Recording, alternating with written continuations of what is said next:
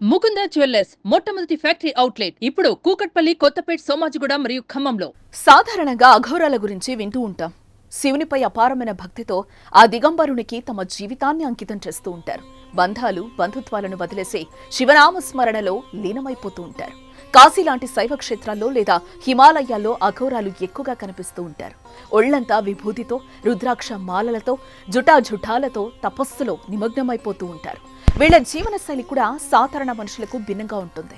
కొందరు అఘోరాలు ఒంటికి బట్టలు చుట్టుకుంటే మరికొందరు మాత్రం దిగంబరులుగానే ఉంటారు. అయితే ఇదంతా మనకు తెలిసిందే కదా. కానీ అఘోరాల్లో మగవాళ్లే కాదు, మహిళా అఘోరాలు కూడా ఉంటారన్నది ఇప్పుడు అసలు చర్చ. ఎక్కడో కాశీలోనూ హిమాలయాల్లోనూ ఉంటే అంత పెద్ద చర్చ కాదు. కానీ ఓ మహిళా అఘోరి తెలంగాణలోని ప్రముఖ శైవ క్షేత్రాల్లో ఒకటైన కొండగట్టుకు చేరుకుని శ్రీ ఆంజనేయ స్వామికి పూజలు నిర్వహించారు. ఇప్పుడు ఇది ఆసక్తికరంగా మారింది. ఉమ్మడి కరీంనగర్ జిల్లాలోని కొండగట్టు ఆలయానికి ఎక్కడెక్కడి నుంచో భక్తులు వేల సంఖ్యలో వస్తూ ఉంటారు. కోరిన కోరికలు తీర్చే కొంగు బంగారంగా తెలంగాణ ప్రజలు నమ్ముతూ ఉంటారు. ఈ క్రమంలోనే కొండగట్టు ఆలయానికి ఓ మహిళా అఘోరి విచ్చేసింది. ఓ కారులో వచ్చిన ఆ మహిళా అఘోరిని చూసిన అక్కడున్న భక్తులంతా ఒక్కసారిగా ఆశ్చర్యపోయారు. ఇప్పటి వరకు మగవారి అఘోరాలుగా ఉండటం చూసిన ప్రజలు అకస్మాత్తుగా మహిళా అఘోరిని చూడటంతో అవాక్కవటం వారి వంతైంది. అయితే ఆ మహిళా అఘోరి దిగంబరాలిగా రావటం గమనార్హం.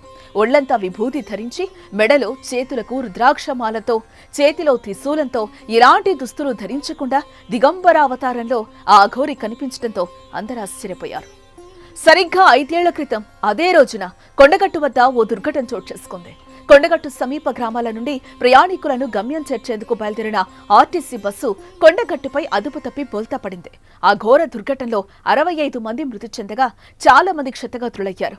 అదే రోజులో అఘోరి కొండగట్టు అంజన్న ఆలయంలో ప్రత్యేక పూజలు జరపడం ప్రాధాన్యతను సంతరించుకుంది.